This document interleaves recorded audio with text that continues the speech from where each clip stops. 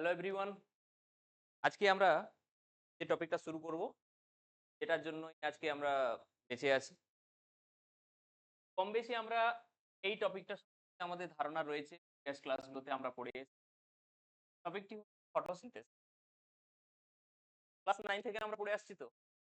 এই ফটোসিনথেসিসে তোমরা করো তাহলে দেখতে পাবে একটা পাবে তুমি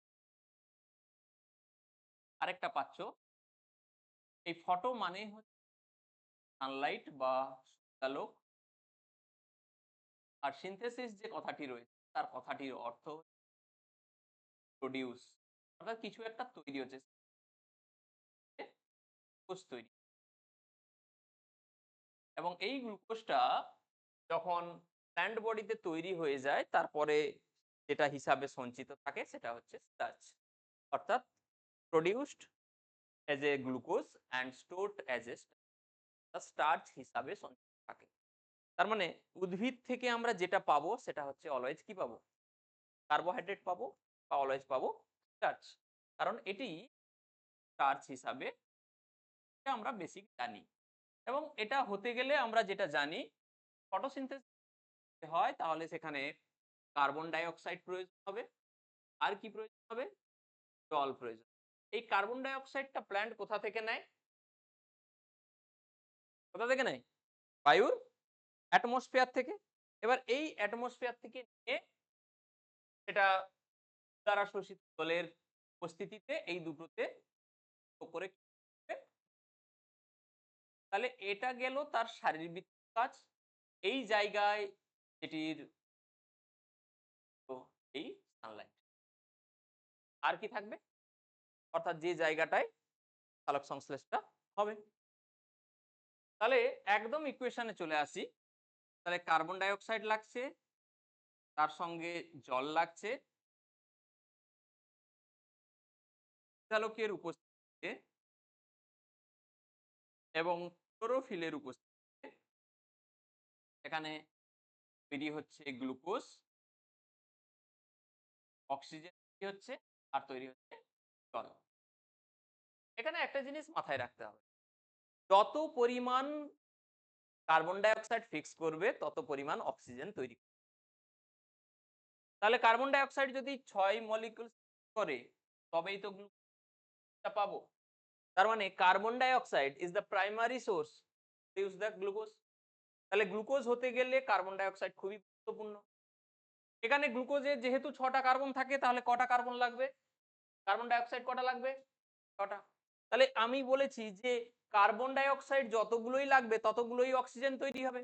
তাহলে এখানে অক্সিজেন কটা উৎপন্ন হবে? এত দূর অব্দি বোঝা গেছে? তাহলে এবারে দেখো যে কার্বন ডাই অক্সাইড, অক্সিজেন তৈরি হয়ে গেল।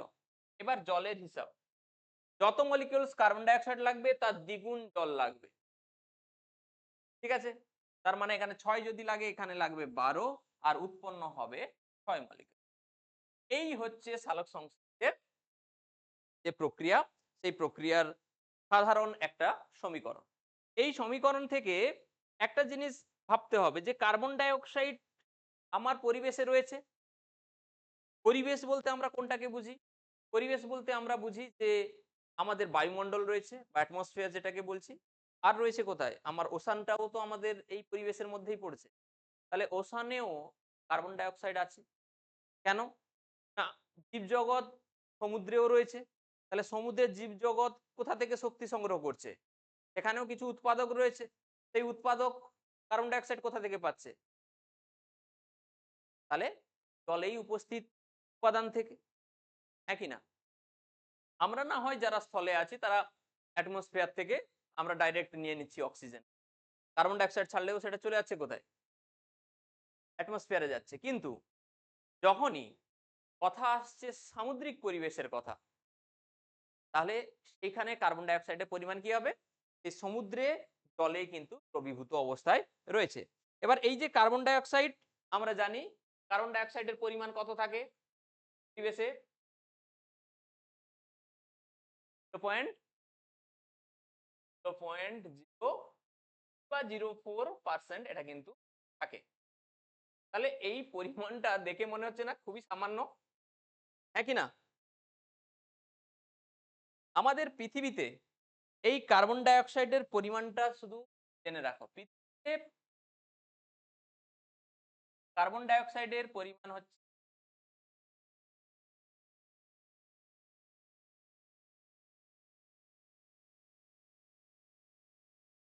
2200 বিলিয়ন। একটা একক দরকার, এটা কিলো হবে না গ্রাম হবে? টন। জাস্ট ইমাজিন করো, এই পৃথিবীতে কার্বন ডাই অক্সাইডের পরিমাণটা কত রয়েছে? তো অ্যাটমসফিয়ারের কথা বলছি, অ্যাটমসফিয়ারে রয়েছে কত? 2200 বিলিয়ন টনস। তাহলে বলবে স্যার সমুদ্র তো অনেক বড়, তাহলে সেখানে কত রয়েছে? গেস করো দেখি।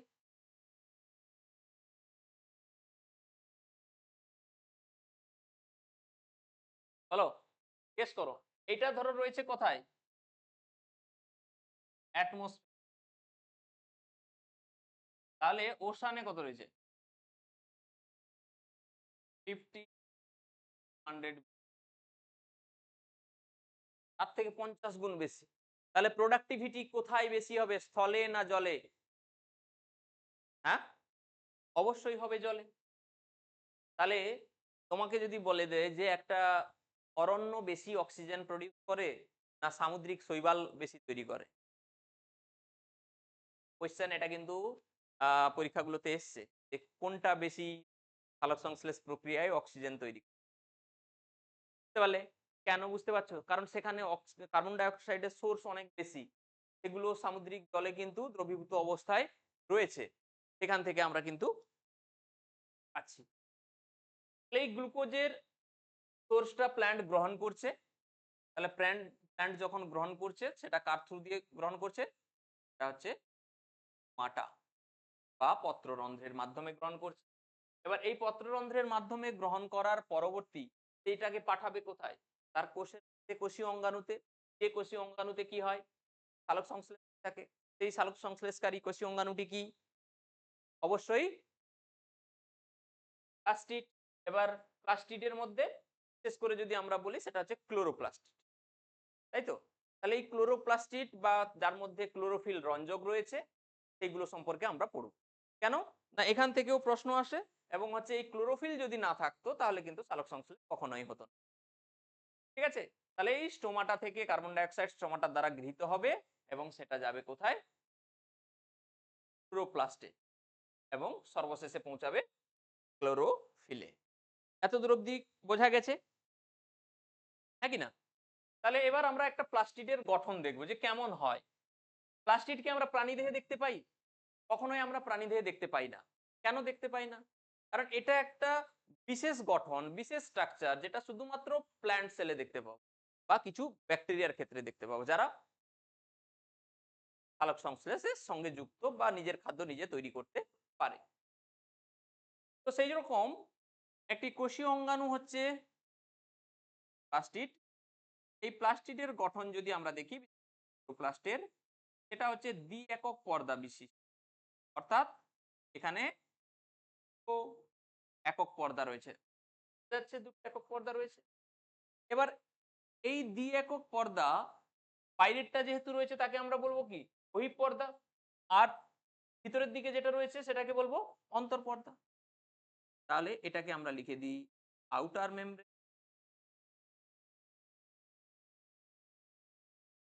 এটাকে কি বলবো? Inner membrane. তাহলে এই যে দুটো মেমব্রেন থাকলো, এই দুটো মেমব্রেনের মাঝে যে স্পেসটা থাকবে তাকে কি বলবো? একই রকম ভাবে দেখো মাইটোকন্ড্রিয়ায় আমরা দেখেছিলাম দুটো লেয়ার রয়েছে, আউটার আর ইনার। মাঝে ছিল কি না মাইটোকন্ড্রিয়াল মেমব্রেন বা পেরিমাইটোকন্ড্রিয়াল মেমব্রেন। এখানে একটা প্লাস্টিড বলবো, পেরিপ্লাস্টিডিয়াল,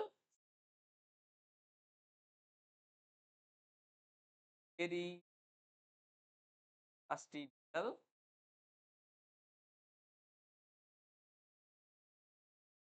এতদূর অব্দি ক্লিয়ার, হ্যাঁ কি না? ক্লিয়ার তো? চলো এইবারে দেখো, এর ভিতরে এরকম থলির মতন অংশ রয়েছে, ঠিক আছে? এই ভিতরে যে থলির মতন অংশগুলো রয়েছে এইরকম ভাবে স্ট্যাক হয়ে গেছে। স্ট্যাক মানে কি? ৫ টাকার কয়েন দেখেছো তোমরা? ৫ টাকার কয়েনগুলোকে যদি পর পর করে রেখে দাও তাহলে এরকম গঠনটা দেখতে পাবে না? হ্যাঁ কি না? গঠন দেখতে পাবে। এই যে একটা থলির মতন গঠন, ধরো এইখানে একটা থলির মতন গঠন রয়েছে। এটাকেই আমরা বলি কি? থাইলাকয়েড। আর এই থাইলাকয়েডের যখন পরপর জুড়ে যায় তখন সেটাকে কি ফরমেশন করবে? তখন সেটাকে ফরমেশন করবে গ্রানাম। গ্রানা নয়, গ্রানাম। ভালো করে শোনো। একটা থলির মতন অংশকে কি বলছি আমরা? থাইলাকয়েড পর্দা।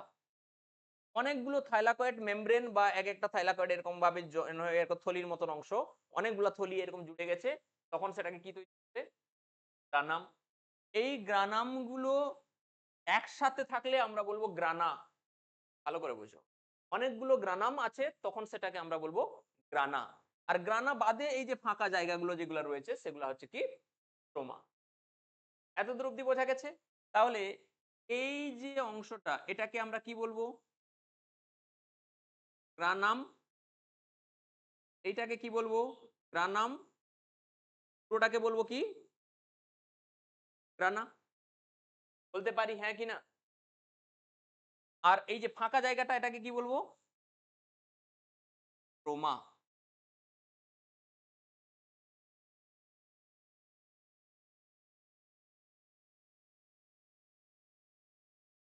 ঠিক আছে? আমরা যে সালোকসংশ্লেষ পড়ছি, পুরো ঘটনাটাকে যদি আমরা সাজিয়ে ফেলি তাহলে কিন্তু আমরা দুটো ভাগে এরকম ভাগ করতে পারবো। পুরো ঘটনাটাকে সাজিয়ে ফেললে আমরা দুটো ভাগে ভাগ করতে পারবো। কিরকম দেখো? শুনে নাও আগে। ধরো একটা পুরো ঘটনা ঘটছে সেটাকে আমরা দুটো ভাগে ভাগ করতে পারি। সালোকসংশ্লেষকেও আমরা সেরকম প্রধান যদি দুটো ভাগে ভাগ করতে পারি, এক হচ্ছে যে আমার বাইরে থেকে কার্বন ডাই অক্সাইড নিতে হবে, মূল দ্বারা জল শোষণ করতে হবে, চালকের উপস্থিতি থাকতে হবে। তাহলে এগুলা যদি সবগুলো হয় তবেই পসিবল যে হ্যাঁ, যে এই তো কমপ্লিট হলো তবেই গ্লুকোজ তৈরি। ক্লিয়ার? তাহলে গ্লুকোজ তৈরির প্রক্রিয়াটাকে আমরা একটা দিকে ঠেলে রেখে দিই যে হ্যাঁ এটা থাক। তাহলে আগে কি করতে হবে? যে কার্বন ডাই অক্সাইডটা নিচ্ছি তাকে তো ফিক্স করে আমি গ্লুকোজ তৈরি করব। তার জন্য প্রয়োজন কি? এনার্জি চাই। এনার্জি যদি না থাকে তাহলে কি করতে হবে? কখনো কি তৈরি হবে? হবে না। তাহলে সেই এনার্জিটা পাবো কোথা থেকে? থেকে। তাহলে সূর্য থেকে আমি এনার্জি পাচ্ছি। সেই এনার্জিটাকে কাজে লাগাচ্ছি কি? গ্লুকোজ তৈরিতে। তাহলে প্ল্যান্ট মেইনলি প্রথমের ধাপে সূর্য থেকে আগত রশ্মিটাকে গ্রহণ করে, সেখানে এনার্জি তৈরি। পরেরটাই হচ্ছে এনার্জি খরচ করে। এনার্জি খরচ করে সেখানে গ্লুকোজ। এটা হচ্ছে বেসিক। এই দুটো স্টেপ মনে রাখো। একটাই সে তৈরি করবে কি সূর্য থেকে যে শক্তি পেল সেখান থেকে এনার্জি তৈরি। পরে হচ্ছে খরচ করছে। আমি যদি একটা ছোট্ট এক্সাম্পল দিই, আমার ঘরে এনার্জি বলতে কি বোঝায়? মানিকে বোঝায়। দুটো ভাবে থাকতে পারে। এক, লিকুইড ক্যাশ, টাকাই আছে। দুই হচ্ছে সোনা রূপে আছে। সোনাটা বিক্রি করলেও কি পাবো? টাকাই পাবো। মানুষ অ্যাসেট বানায় কি? টাকা পয়সা বেশি হলে হয় সোনা নয় টাকাই রেখে দেয়। জায়গায় তুমি জমি থেকেও টাকা পেতে পারো, জায়গায় আবার সোনা রূপেও টাকা পেতে পারো। বেশি টাকা হলে যেটা করে। সেরকম মানুষের যেরকম আছে সেরকম ভাবে আমরা কল্পনা করে নেব যে প্ল্যান্টস এর ক্ষেত্রেও এই শক্তিটা সংরক্ষণ হয় এরকম দুটো ভাবে। একটা এটিপি, এটিপি মানে শক্তি। আমরা জানি এডিনোসিন ট্রাইফসফেট। তাহলে সেই ফরম্যাটেও থাকতে পারে। আবার কি ফরম্যাটে থাকবে? এনএডিপিএইচ ফরম্যাটে। কি জিনিসগুলো আসছে। এনএডিপিএইচ ফরম্যাট হলে সেটা থেকেও কি পাবে সে? পাবে। সেটাকে আমরা গোল্ড ভাববো। সেখান থেকে বেশি করে শক্তি পাবে। তাই তো? তো সেইরকম এই যে দুটো মেইন যে অংশ রয়েছে, এখানের যে মেইন দুটো অংশ রয়েছে, একটা দেখতে পাচ্ছ যে গ্রানা রয়েছে, আর একটা দেখতে পাচ্ছ স্ট্রোমা রয়েছে। এদের মধ্যে প্রশ্ন পরীক্ষায় দিয়ে দেয় যে এদের মধ্যে কোনটা দিনের বেলায় হয়, কোনটা রাতের বেলা হয়। তাহলে দিনের বেলা তারাই অংশগ্রহণ করবে। আবার দিনের বেলায় যেগুলো অংশগ্রহণ করবে তাদেরকে আমরা বলবো আলোক বিক্রিয়া, কারণ দিনেই আলো থাকে। তাহলে এখান থেকে কোশ্চেন দিতে পারে যে হ্যাঁ আলোক বিক্রিয়ায় কোন অংশটি ক্লোরোপ্লাস্টের অংশগ্রহণ করে। আবার বলতে পারে যে এই আলোক বিক্রিয়ার পরবর্তী যে ঘটনাগুলো ঘটে বা আলোক নিরপেক্ষ বিক্রিয়া যেগুলো হয় সেগুলো আবার কোথায় ঘটে। ঠিক আছে, আমি মনে রাখার জন্য বলি যে আমাকে যদি বলে কেউ যে এটুকুর মধ্যে বলুন তাড়াতাড়ি করে যে কিভাবে কোনটা কখন হয়, আলোক বিক্রিয়া কোনটায় অংশগ্রহণ করে আর কোনটা আলোক নিরপেক্ষ বিক্রিয়া, আমি পট করে বলে দেবো এটা আলোক, এটা হচ্ছে আলোক নিরপেক্ষ। ঠিক আছে, এবিসিডি অ্যালফাবেট দেখে আসো, এ বি সি এরকম করে, তাহলে প্রথমে কোনটা আসবে, জি আসবে না এস আসবে? তাহলে সেটাই হবে আলোক, কারণ আলোটাকে তো আগে নিতে হবে, এনার্জি তো আগে বানাতে হবে, এনার্জি যদি বানাই তবেই তো সেটাকে খরচ করে আমি সেটাকে কি করব, সেটাকে খরচ করে সেখান থেকে গ্লুকোজ তৈরি করতে পারবো, নিজের খাদ্য নিজে তৈরি করতে পারবো প্ল্যান্ট। তাহলে প্ল্যান্টের ক্ষেত্রে প্রথমে দরকার কাকে, গ্রানাকে। গ্রানাই কি করবে, সূর্য থেকে যে রশ্মি আসছে সেখানটাকে ইউটিলাইজ করে সে সেখান থেকে শক্তি তৈরি করবে। এত দূর ক্লিয়ার? তাহলে আলোক বিক্রিয়ায় কোনটা অংশগ্রহণ করে, ক্রোমা অন্ধকার বিক্রিয়া। আমাদের ভাবতে হবে যে অন্ধকার মানে যে অন্ধকারেই হবে এমনটা নয়, আলোক নিরপেক্ষ বলা ভালো।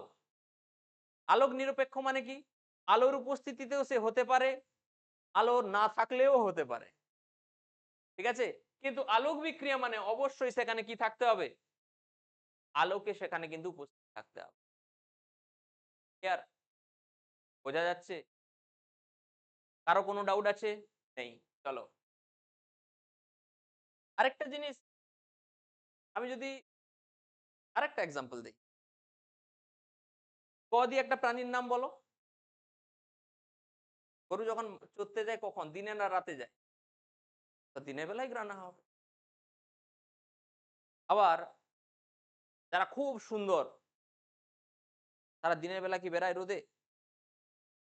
আচ্ছা, দুর্গা পূজায় ঠাকুর দেখতে বেড়াচ্ছে, তারা খুব সুন্দর, তারা কখন বেড়াবে? হ্যাঁ, স্ট্রোমা হ্যাঁ বলা যেতে পারে কিনা এইভাবে আমাদেরকে বলো আমরা সকাল সকাল ঠাকুর দেখতেও বেরিয়ে যাবো,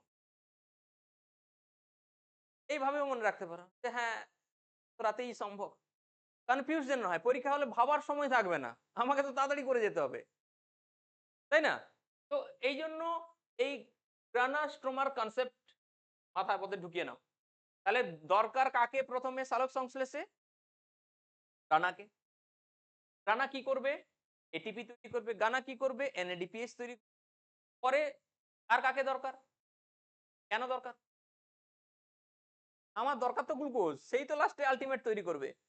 আমি এখানে বললাম কি সিনথেসিস, সিনথেসিস কি দিয়ে শুরু, কি হচ্ছে, কোথায় হবে, এস দিয়ে শুরু, সেও সিনথেসিস প্রসেসটা কোথায় হবে, কমাতেই হবে। বোঝা গেছে? এরপরে আসি, আমরা বারবার বলে আসছি যে আলোক সংশ্লেষ হতে গেলে আলোক অর্থাৎ আলোকের উপস্থিতিতে হবে, সূর্যালোক এই হয়, সূর্যালোক থেকে তো আমরা সব রশ্মি পাই, সব রশ্মি কি আলোক সংশ্লেষ করে? তাহলে কতটা পরিমাণ রশ্মি করে বা তার ওয়েভলেন্থ কি সেটা আমাদের জানতে হবে। বলো, 400 থেকে 700, আর বেশি নয়? হ্যাঁ, দৃশ্যমান আলো, তাই তো? আচ্ছা, সূর্য থেকে যে রশ্মিগুলো আসে সেগুলোর আমরা কি কি নাম জানি, কসমিক রে, তারপরে কি আসে, ইনফ্রারেড, গামা রে, এক্স রে, তারপরে ইউভি রেজ আছে, তারপরে আল্ট্রাভায়োলেট রে, তারপরেই তো আসছি আমরা কি দৃশ্যমান আলো। তাহলে দৃশ্যমান আলো মানে আমরা যেটা দেখতে পাচ্ছি, জানলার বাইরে তাকালাম, আমরা দেখতে পাচ্ছি যে আজকে রোদটা ভালো করে বেরিয়েছে, সেইটা যেটা দেখতে পাচ্ছি সেই আলোতেই কি হবে, আলোক সংশ্লেষ হবে। তাহলে বলবো স্যার সূর্যালোক বাদে কি আলোতে আলোক সংশ্লেষ হবে না? হ্যাঁ কি না, প্রশ্ন কি আসবে, হবে না হবে না, হবে না?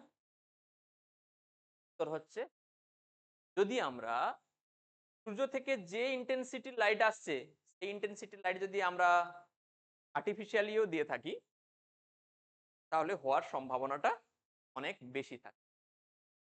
ঠিক আছে, তবে দেওয়া পসিবল নয়, এত পৃথিবীতে এত লাইট জ্বালানো কোনোদিন পসিবল নয়। ঠিক আছে, তো এই যে ভিজিবল লাইট রয়েছে মনে রাখবে 400 থেকে 800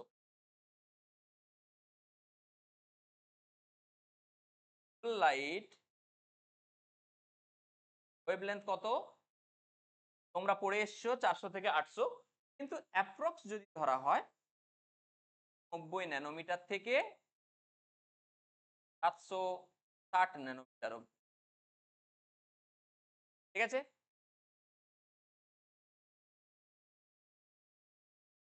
ঠিক আছে, তাহলে এই যে ভিজিবল ওয়েভলেন্থ রয়েছে যেটা, এটার মধ্যে আমরা সবগুলো কালার পাবো, হ্যাঁ কি না?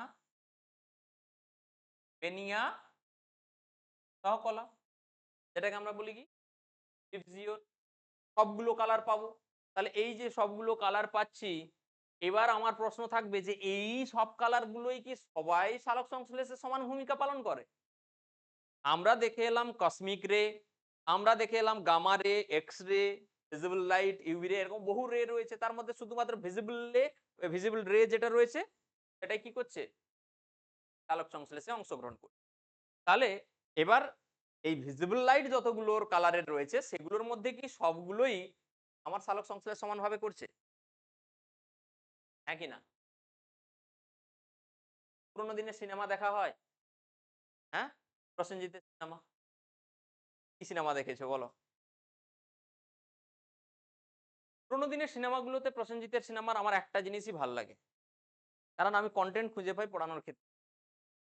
একটা গান আছে দেখবে, আহ লাল নীল সবুজের মেলা বসেছে না, কি গান আছে না? কটা কালার নিয়েছে? লাল, নীল, এই যে তিনটা কালার রয়েছে তাদের মধ্যে প্রথম দুটো কালার সালোক সংশ্লেষ হয়, পরের যে কালার সালোক সংশ্লেষ। ঠিক আছে, তাহলে এখানের মধ্যে লাল, নীল, তাহলে সালোক সংশ্লেষ কোন আলোতে বেশি হয়? কালো, আর সবচেয়ে কম হবে কোনটায়? গাছের পাতা কেমন? তাহলে গাছের পাতা যে কালারের সেই কালারে সালোক সংশ্লেষ কম হবে। সবাই ভুল করে আসে যে গাছের পাতা সবুজ, স্যার সবুজে কি করে সালোক সংশ্লেষ কম হয়? ক্লোরোফিল প্রেজেন্ট আছে তাই সে সবুজ, তার মানে এই নয় সবুজ থাকা মানেই সবকিছু ভালো হবে। বোঝাতে পারলাম? তাহলে এই দৃশ্যমান আলোতে ব্লু এবং রেড লাইটে কি হয়? সালোক সংশ্লেষ। এটা কে প্রমাণ করেন? এটা প্রমাণ করেন বিজ্ঞানী এমারসন এবং তার সহকর্মীরা। ঠিক আছে, বিজ্ঞানী এমারসন ফার্স্ট এটা কিন্তু প্রমাণ করেন যে সালোক সংশ্লেষ হতে গেলে সেখানে কিন্তু এই লাইটগুলো এবং কোন ইন্টেন্সিটির লাইটে সালোক সংশ্লেষ ভালো হবে সেটাও কিন্তু ক্লিয়ার। এবার সায়েন্টিস্টের প্রচুর কাজ আছে, তার মধ্যে একটা কাজ ছিল, তিনি বললেন দৃশ্যমান আলোতে তো সালোক সংশ্লেষ হচ্ছে ঠিকই, এই যে দৃশ্যমান আলো রয়েছে বললাম 390, তাহলে 390 ন্যানোমিটার তরঙ্গদৈর্ঘ্যের আলোতে কতটা সালোক সংশ্লেষ আমি দেখি?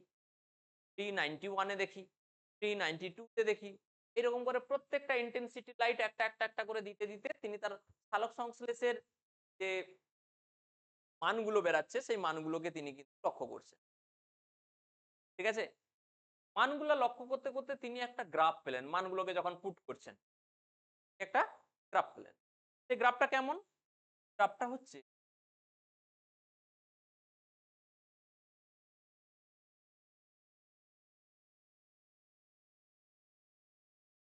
এরকম। কেন দেখো? কারণ ওয়েভলেন্থ গুলোর যদি আমরা দেখি এইরকম করেই তো আছে, VIB YOR। গ্রাফটা একটু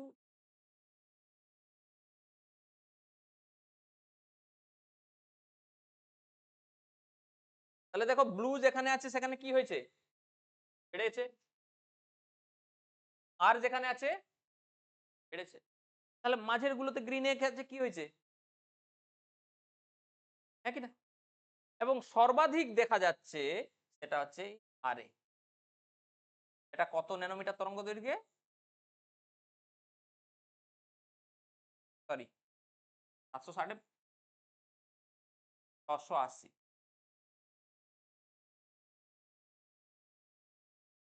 680 ন্যানোমিটার তরঙ্গ দৈর্ঘ্য।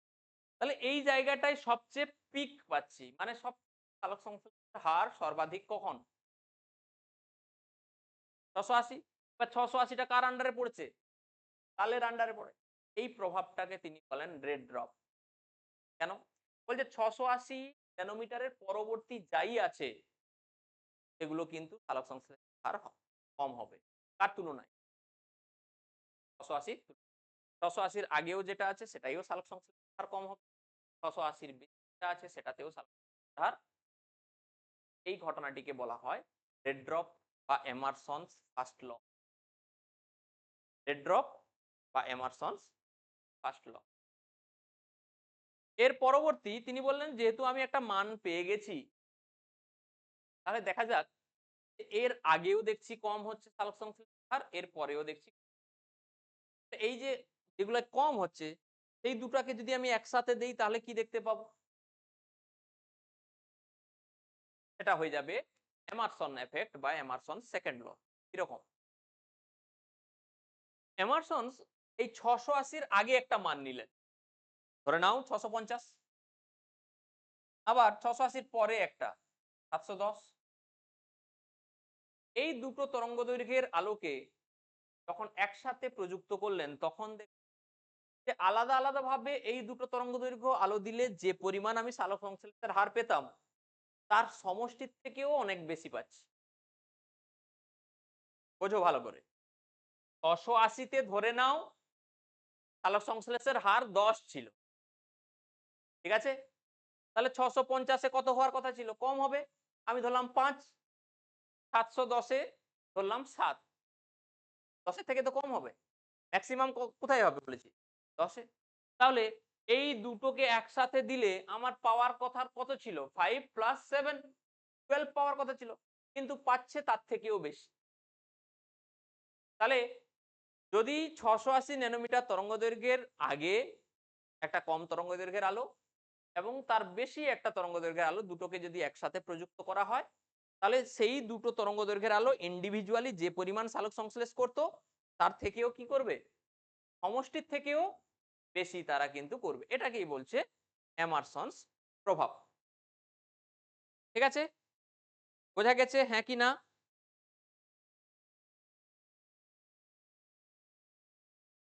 বোঝা গেছে? তাহলে আমি শুধু বেসিক এগুলো আলোচনা করছি, পরে যখন আমরা ভিতরে ঢুকতে থাকবো তখন আরো ডিটেলস এগুলো সম্পর্কে আলোচনা করবো, কি লাগে সেগুলোই আমরা চলছি। দেখো ফ্লোরো কার্বন ডাইঅক্সাইড সম্পর্কে বললাম, জল তো আমরা মূল দ্বারা শোষিত হচ্ছে সেটা আমরা বুঝতে পারছি, আমরা সানলাইট সম্পর্কেও পড়লাম। এবার যেটা পড়তে হবে সেটা হচ্ছে এই ক্লোরোফিল,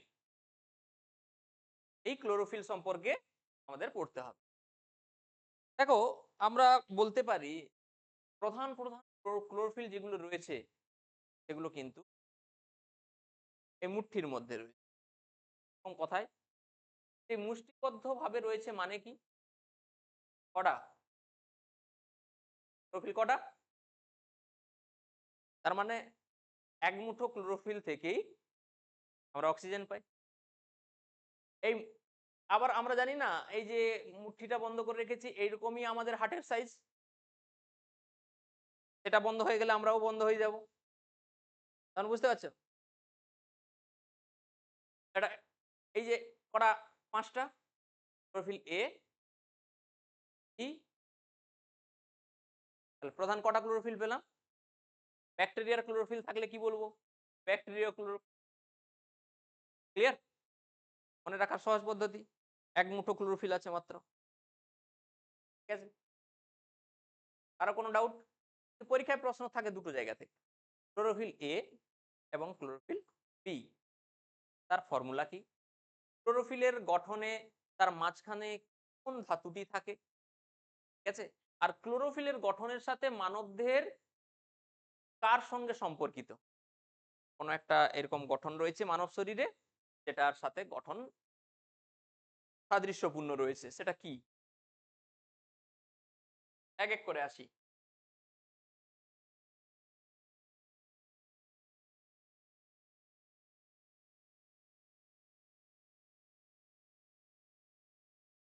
ক্লোরোফিলের ভাগগুলো কি?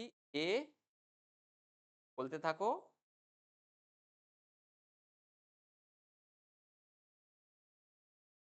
আর হচ্ছে ক্লোরোফিল,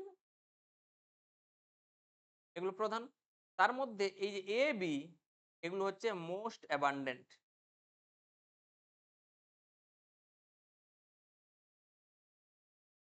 মোস্ট অ্যাবান্ডেন্ট মানে সব থেকে বেশি পরিমাণে কোনটা পাওয়া যায়? ক্লোরোফিল এবিসিডির মধ্যে এ আর বি পাওয়া যায়। আচ্ছা, এই ক্লোরোফিল আমরা গ্রানাতে বেশি দেখতে পাবো না স্ট্রোমাতে দেখতে পাবো? আরে দুটোই আছে, ক্লোরোপ্লাস্টের মধ্যেই রয়েছে। ক্লোরোপ্লাস্ট কেন বলছি? কারণ ক্লোরোফিল আছে বলে। ট্রান্সটা কম বেশি সব জায়গায় পাবো এদেরকে, তবে ম্যাক্সিমাম পাবো কোথায়? গ্রানাতে। বুঝতে পারছে না? আমাদের প্রোটিনের গঠন আমরা জানি। প্রোটিনের গঠনে আমরা কি দেখেছি? কার্বন রয়েছে, হাইড্রোজেন রয়েছে, আর কি দেখতে পেয়েছি? অক্সিজেন রয়েছে। কার্বন রয়েছে, হাইড্রোজেন রয়েছে, অক্সিজেন রয়েছে, নাইট্রোজেন অবশ্যই রয়েছে। কারণ প্রোটিনের একদিকে কি থাকে? NH2 গ্রুপ থাকে, একদিকে COOH গ্রুপ থাকে, একই না? একই রকম ভাবে ক্লোরোফিলের গঠনেও আমরা কিন্তু এগুলোকে দেখতে পাবো, ঠিক আছে? তাহলে ক্লোরোফিলের গঠন আমাদেরকে কি করতে হবে? চিনতে হবে তো, চিনতে হবে। কাউকে যদি তুমি মেসেজে লিখো যে চেনো, তুমি কি আমাকে চেনো, তাহলে কি লিখো? কিরকম মেসেজটা লেখো? CHENO না CHNO? হ্যাঁ, ম্যাক্সিমাম জন লিখে থাকে H, carbon, hydrogen, nitrogen, oxygen, ঠিক আছে?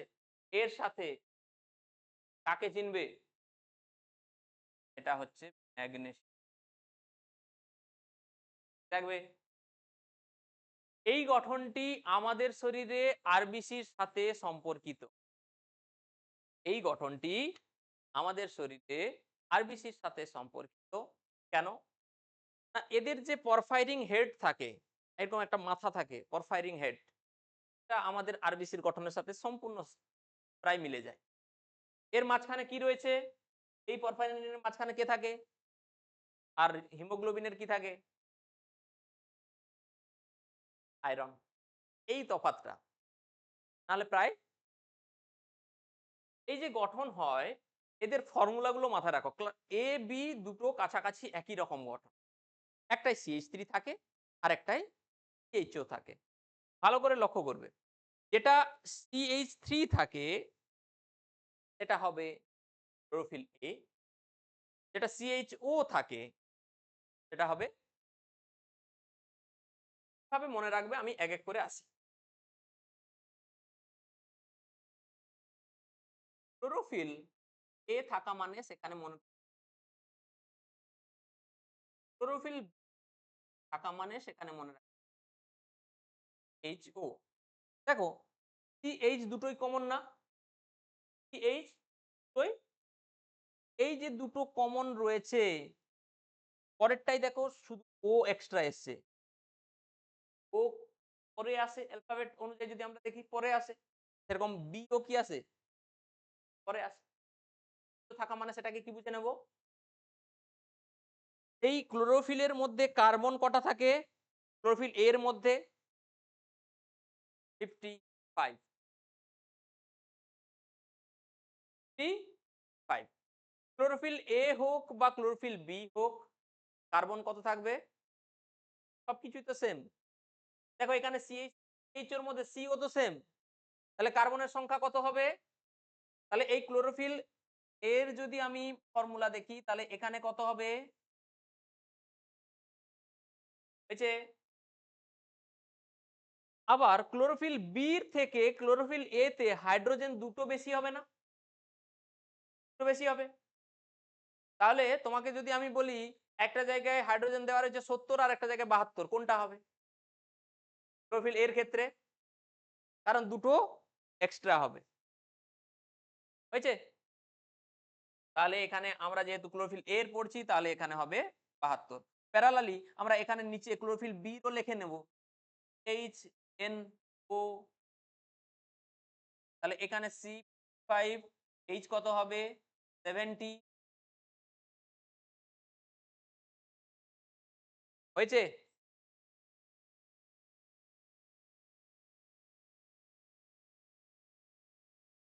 হয়েছে। এবার গঠনের মধ্যে আমরা যখন দেখব তখন চারটা এরকম বলয় রয়েছে, মাঝখানে রয়েছে ম্যাগনেসিয়াম। এই যে চারটা গঠন রয়েছে, চারটা গঠনের সেন্টারের দিকে রয়েছে নাইট্রোজেন। তাহলে প্রত্যেকের ক্ষেত্রে নাইট্রোজেন কত হবে 4টা, আর অক্সিজেন থাকবে, এটার ক্ষেত্রে কত থাকবে, এটার ক্ষেত্রে কত হবে, এটার ক্ষেত্রে একটা এক্সট্রা হবে, ও আছে, তার মানে এটার ক্ষেত্রে কত হবে 6, আর এটার ক্ষেত্রে ম্যাগনেসিয়াম একটা থাকে। এইভাবে মনে রাখো, কারণ হচ্ছে CH3 থাকে ক্লোরোফিল এ তে, এইচও থাকে, তাহলে হাইড্রোজেন দুটো বেশি হবে ক্লোরোফিল এ তে, দুটো কম হবে ক্লোরোফিল বি তে, অক্সিজেন একটা বেশি হবে ক্লোরোফিল বি তে, আর কি হবে এখানে ক্লোরোফিল এ তে কিন্তু অক্সিজেন একটা কম হবে, আর ম্যাগনেসিয়াম তেমন। কারো কোনো বুঝতে অসুবিধা হয়েছে কিনা বলো? হয়েছে? এবার এই যে গঠনগুলো থাকে, মাঝখানে এরকম ম্যাগনেসিয়াম রয়েছে, এরকম করে চারটার দিকে বলয় রয়েছে, রয়েছে 1 2 আমরা বলতে থাকি, আরো গঠন রয়েছে, এরকম একটা লম্বা চেন রয়েছে, এই চেনটা হচ্ছে ফাইটোল চেন। ঠিক আছে? তাহলে পরফাইরিন হেড থাকে আর একটা টেল থাকে, যেমন কয়েনের হেড আর টেল থাকে, এরকম ক্লোরোফিলের গঠনেও কি থাকে, হেড আর টেল থাকে। তখন এই যে টেল পোর্শনটা রয়েছে, এই টেল পোর্শনে যেটাকে আমরা বলছি ফাইটোল চেন, প্রশ্ন জিজ্ঞেস করে যে এই ফাইটোল চেনে কত কার্বন থাকে, সব সময় মনে রাখবে 20 কার্বন যুক্ত ফাইটোল চেন থাকে, কার্বন যুক্ত। এখানে ফাইটোল চেন যেটা থাকে ক্লোরোফিলের গঠনে, ফাইটোল চেন এটা হচ্ছে কার্বন,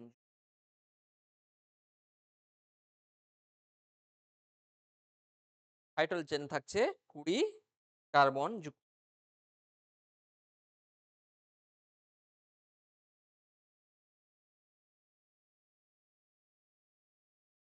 হয়েছে?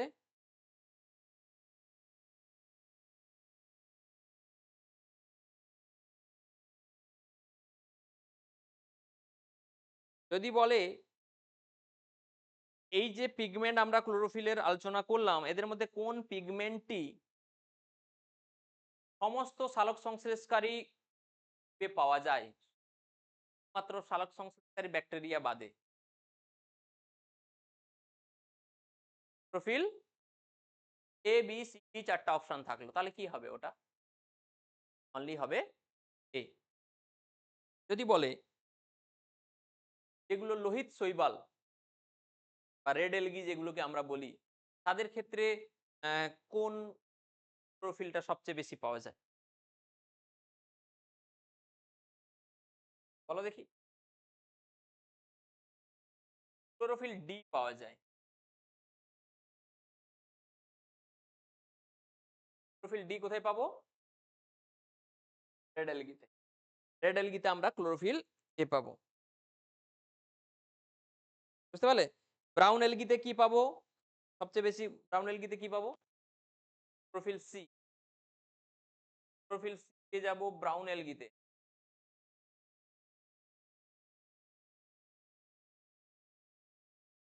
তো একটু জেনে রাখো রেড এলগিতে কি পাবো? Chlorophyll D. আচ্ছা, ব্রাউন এলগিতে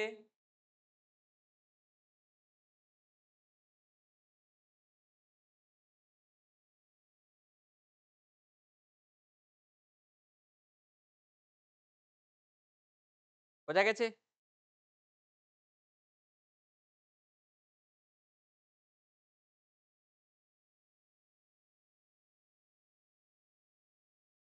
বোঝা গেছে?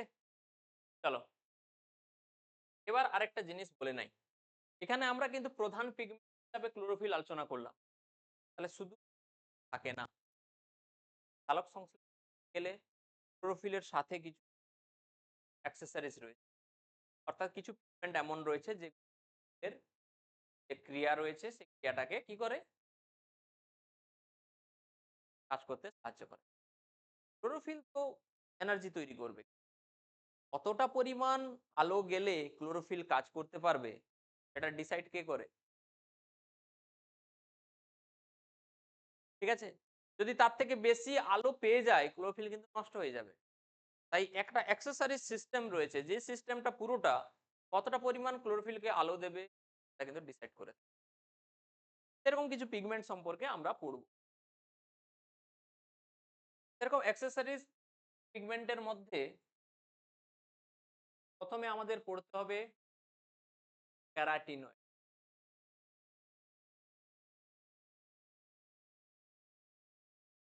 ঠিক আছে, এই ক্যারাটিনয়েড থাকে প্রধান, বলো দেখি। ক্যারোটিন আর জ্যান্থোফিল সব মনে পড়ছে তাই না? ক্যারোটিন আর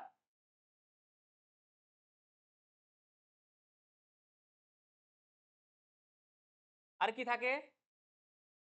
সাইকোবিল।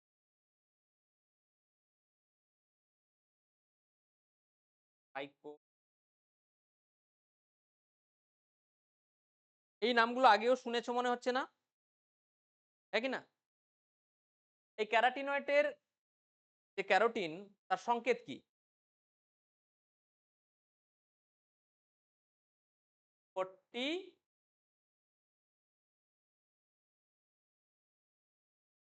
H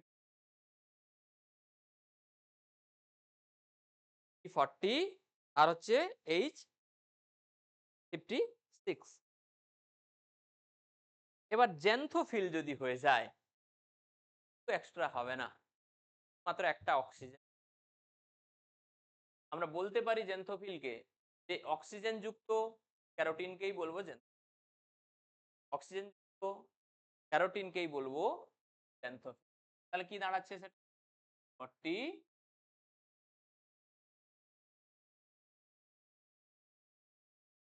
ঠিক আছে, আমি আর লিখাচ্ছি না, এটা কিভাবে মনে রাখো।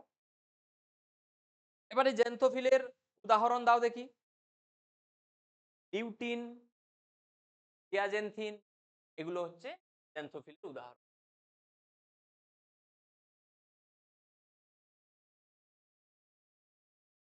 জিয়াজেন-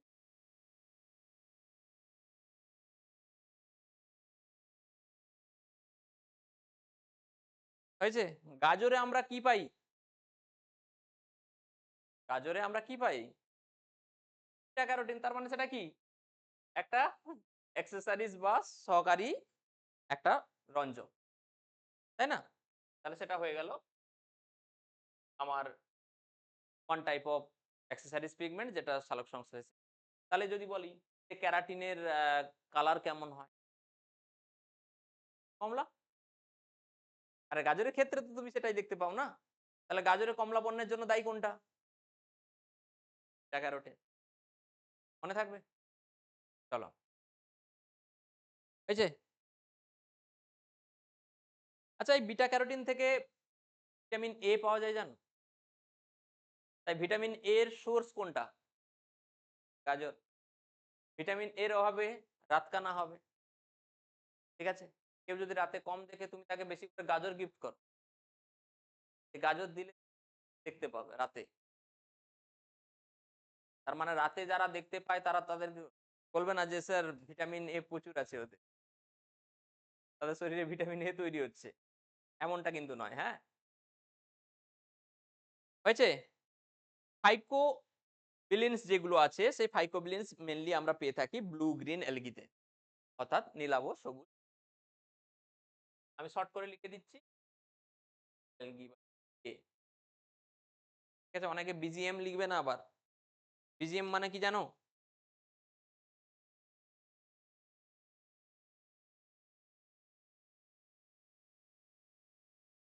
ঠিক আছে, আবার যদি ভালো করে আমরা লক্ষ্য করি না, ফাইকোবিলিনস আবার দু রকম হয়।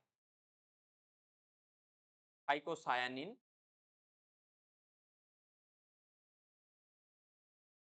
আরেকটা হচ্ছে ফাইকো।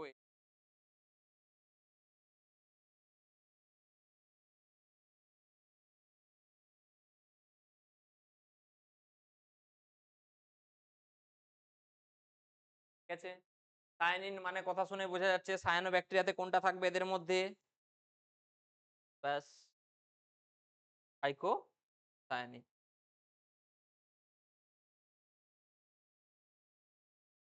আচ্ছা, একটু কেমিস্ট্রির কোয়েশ্চেন এখান থেকে যদি জিজ্ঞেস করে ফেলে মাঝে মাঝে, সেটা হচ্ছে এই ফাইকোবিলিনসেই একমাত্র আমরা এখানে যতগুলো রঞ্জক পড়বো তার মধ্যে ফাইকোবিলিনসে আমরা টেট্রাপাইরল বলয় পাই। টেট্রাপাইরল বলয় আমরা দেখতে পাই গঠনে, এর রাসায়নিক গঠনে আমরা কি দেখতে পাই? টেট্রাপাইরল বলয় আমরা কিন্তু দেখে থাকি। ক্লিয়ার?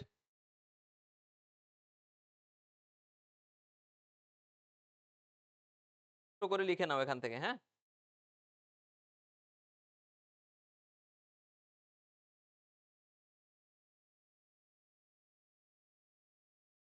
এইবারে আসি, প্রধান প্রধান আমরা রঞ্জক বলে দিচ্ছি।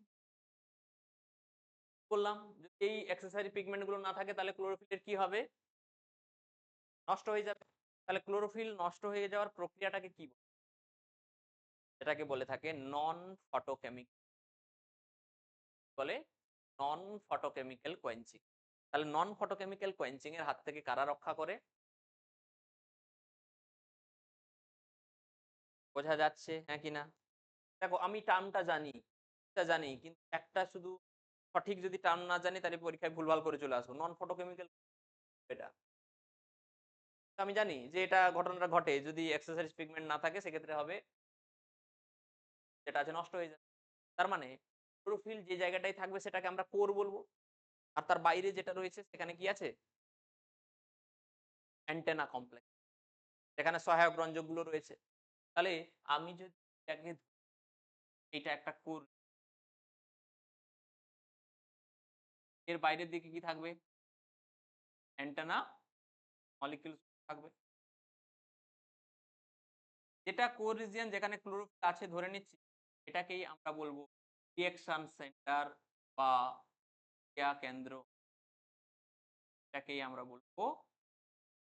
And outside the reaction center, there are some molecules as antenna molecule or antenna complex.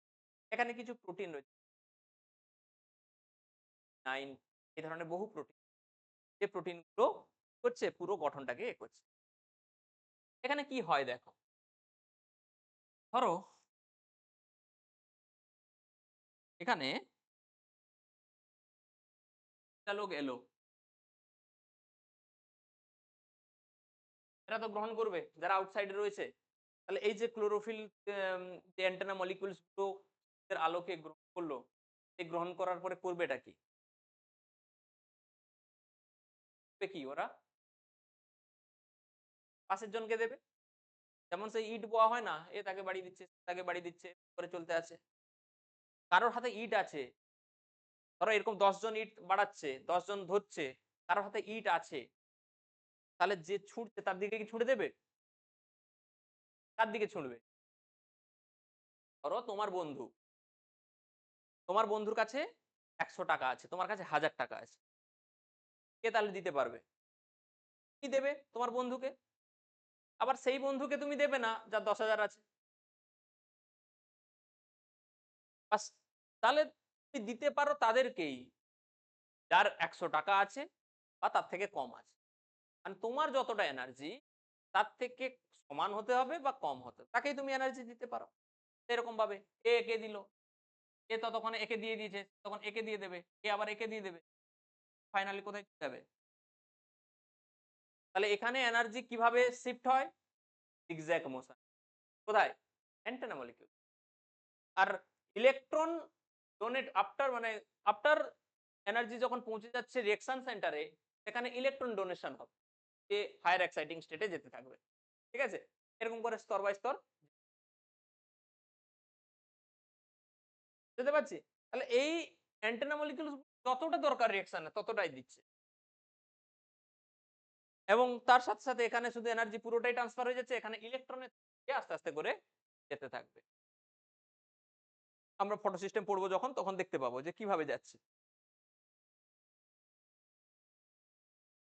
এইটুকু বোঝা গেছে? তাহলে একটা রিঅ্যাকশন সেন্টার থাকবে, একটা কোর সেন্টার থাকবে আর চারদিকে থাকবে কি অ্যান্টেনা মলিকিউলস। হ্যাঁ কি না? এবং এই জায়গাতে এই বিক্রিয়া কেন্দ্রে ম্যাক্সিমাম ক্লোরোফিল সেখানেই প্রেজেন্ট থাকবে। ম্যাক্সিমাম ক্লোরোফিল ওখানেই থাকবে।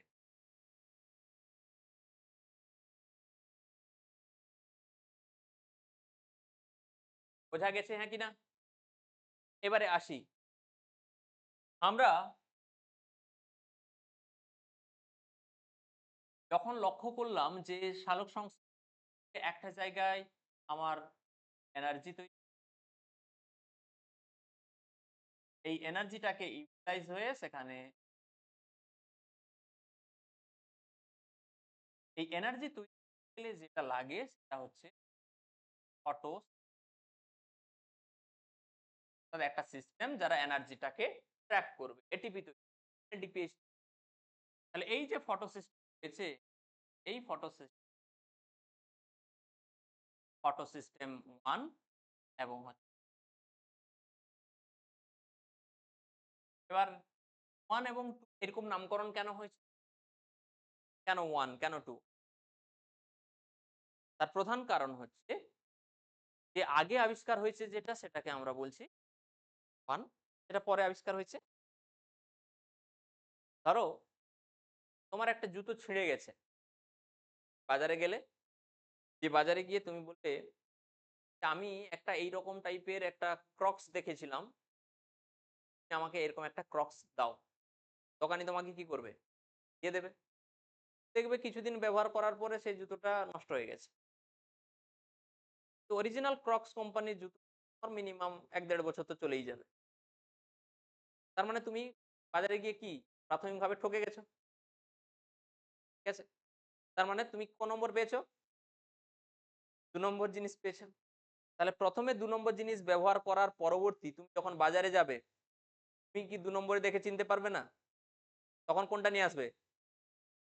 তাহলে এখানেও ফটোসিনথেসিস হতে গেলে ফটো সিস্টেম 2 এবং ফটো সিস্টেম 1 নাম্বার 1 থেকে মনে হবে ১ম এই হয় 1 তারপরে হয় 2, না। আবিষ্কার যেমন হয়েছে তাই এদের নামকরণ হয়েছে। ফটো সিস্টেম 1 আগে আবিষ্কার হয়েছে, তার নাম ফটো সিস্টেম। পরে আবিষ্কার হয়েছে তাই তার নাম ফটো সিস্টেম। এবার 2 হয় কিন্তু ফটো সিস্টেম 2 আগে হয়, তারপরে হবে ফটো সিস্টেম। দেখা গেছে না যায়নি? আগে ২ নম্বর, পরে ১ নম্বর। তাহলে ঠকতে, ঠকতে, শিখতে, শিখতে বড় হও। সেরকম ভাবে এখানে ফটো সিস্টেম আগে হবে, ফটো সিস্টেম 1 পরে হবে। বারবার একই কথা বলছি, ছেলেমেয়েরা গুলিয়ে ফেলে, প্রত্যেকবারে ছেলেমেয়েরা এটা কনফিউজড। আমি বারবার এখনো পর্যন্ত সালোক সংশ্লেষের কিছুই যাইনি। প্রায় একটা ক্লাস কমপ্লিটের মাথায়। ঠিক আছে? শুধুমাত্র তোমাদের এই ফটোসিনথেসিস ধারণাগুলো থাকে, ভুল ধারণাগুলো বা পড়তে যে কঠিন মনে হয়, এই জায়গাগুলো আমি ক্লিয়ার করার চেষ্টা করি। ঠিক আছে? তাহলে ফটো সিস্টেম 1 এবং ফটো সিস্টেম 2 এর মধ্যে যদি হয়, সেখানে ফটো সিস্টেম হয় একটা বিশেষ তরঙ্গদৈর্ঘ্যের আলোতে। এটা কত? ৬৮০ ন্যানোমিটার তরঙ্গদৈর্ঘ্য। কেস 1 তারপরে যেহেতু হচ্ছে, এটা হচ্ছে ৭০০ ন্যানোমিটার তরঙ্গ।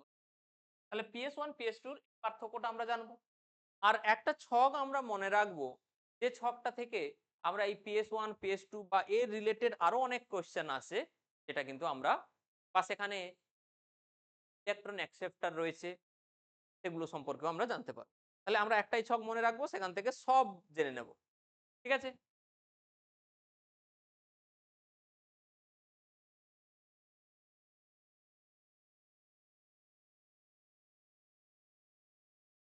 তাহলে দেখো, এই ছবিটার কথাই আমি বলছিলাম। এই ছবিটা তোমরা যদি মাথায় রেখে নাও, তাহলে কিন্তু PS1 এবং PS2 আর কোনো কনফিউশনই থাকবে না। ভালো করে গ্রিন প্ল্যান্টস এর ক্ষেত্রে প্রথমে ঘটনাটা কি ঘটছে? আমি বলেছিলাম যে PS প্রথম হবে আর PS1 পরে হবে। PS2 কত ন্যানোমিটার তরঙ্গ দৈর্ঘ্যে হয়? 680 তে। আর PS1 হচ্ছে কততে? এইটুকু মাথার মধ্যে ঢুকিয়ে নাও আগেই। হয়েছে? এইবারে ভালো করে লক্ষ্য করো। প্রথমে এখানে কি হয়েছে দেখো দেখি? জলটা ভেঙেছে। তাহলে জল ভাঙলো, তার মানে H+ আর OH- হয়েছে। এই OH- মানে ইলেকট্রনের আধিক্য রয়েছে। এই ইলেকট্রনটা ডোনেট কোথায় করছে?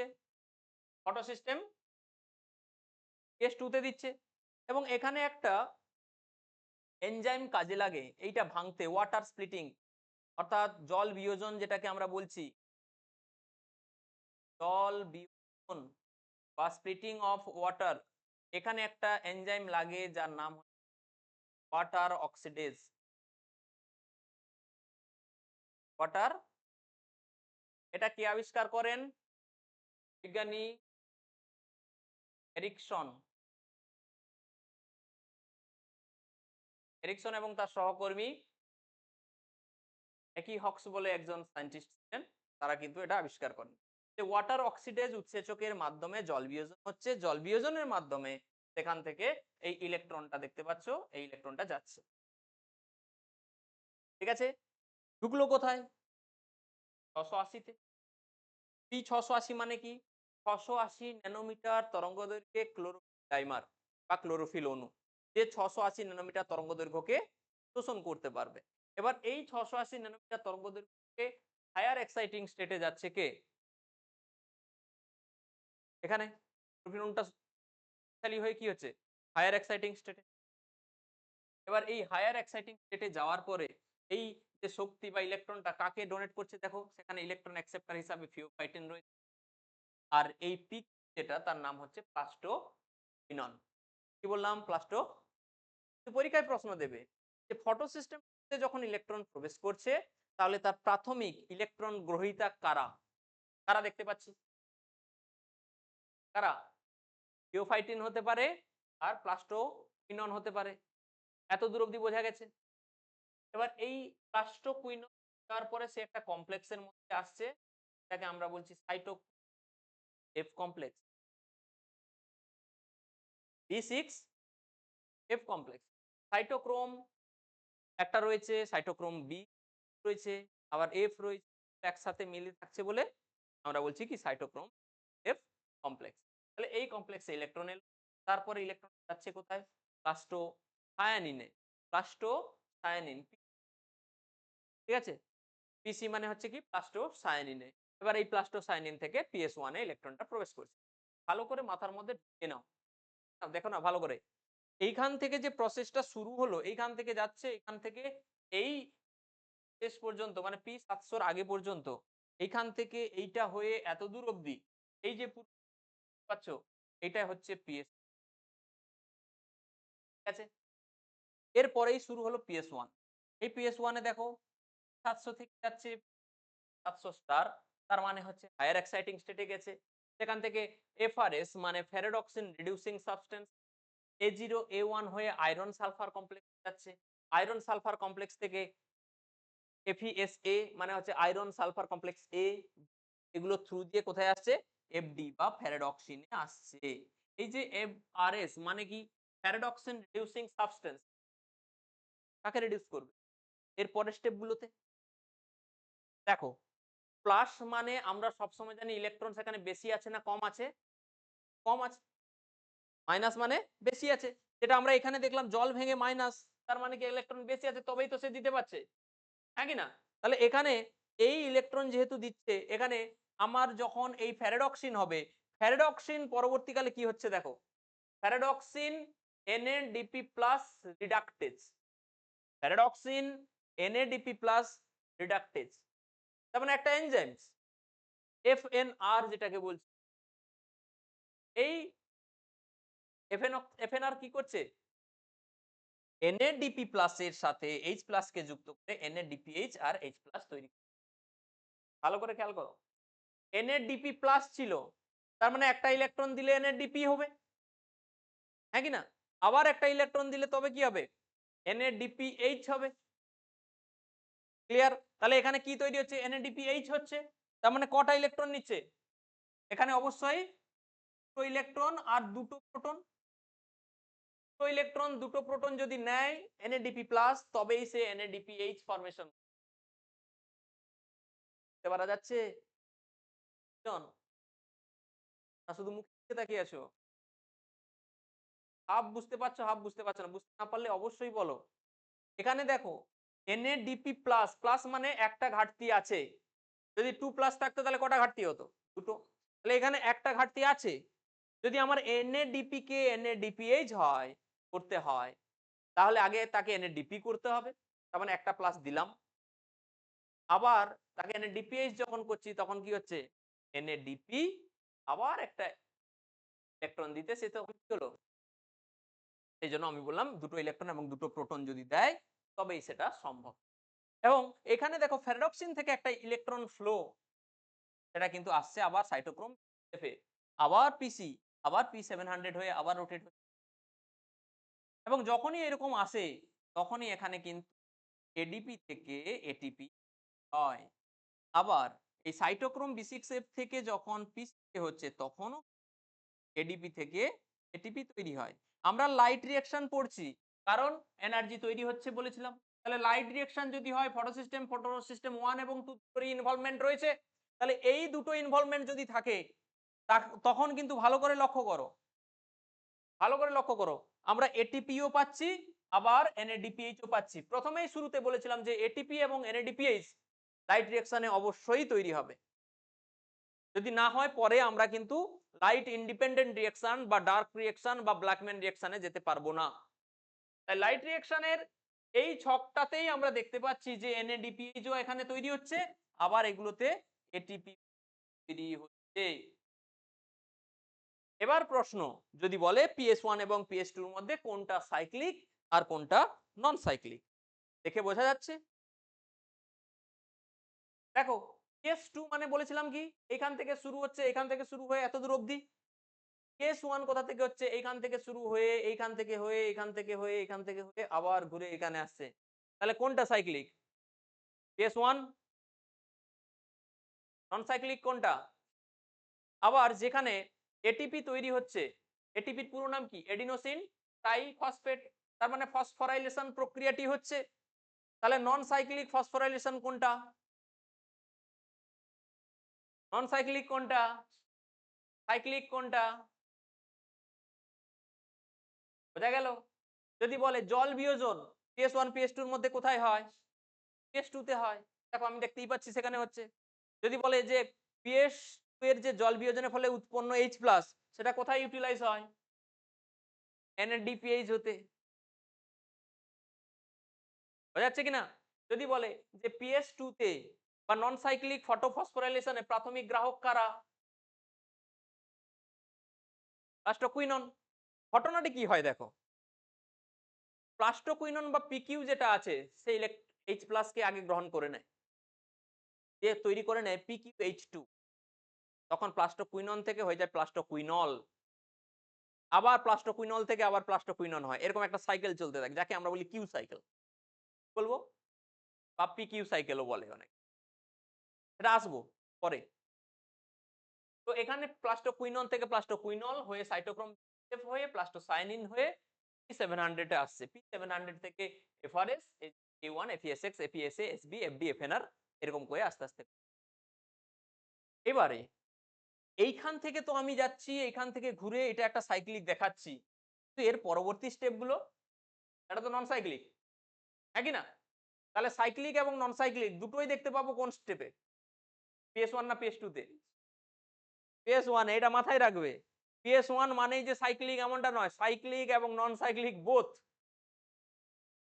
শুধুমাত্র নন সাইক্লিক কোনটা? PS2। বোঝা গেছে? এবং এইখান থেকেই হিউজ কোয়েশ্চেন এখান থেকে পরীক্ষায় আসে লাইট ডিরেকশনের। আশা করি এটি তোমাদের কাছে বোঝা গেছে, হ্যাঁ কি না? এবং এইটার ধারণা প্রথম দিয়েছিলেন বিজ্ঞানী, কোন বিজ্ঞানী বলতে পারবে? এই যে পুরো বিষয়টা ধারণা দিয়েছিলেন, এটা কি দেখো জেট স্কিম বলছে, জেট স্কিম কে দিয়েছিলেন ধারণা? বলো অন্তত, পড়ে এসছো এগুলো? আমার আর কি বলবো আর তোমাদের।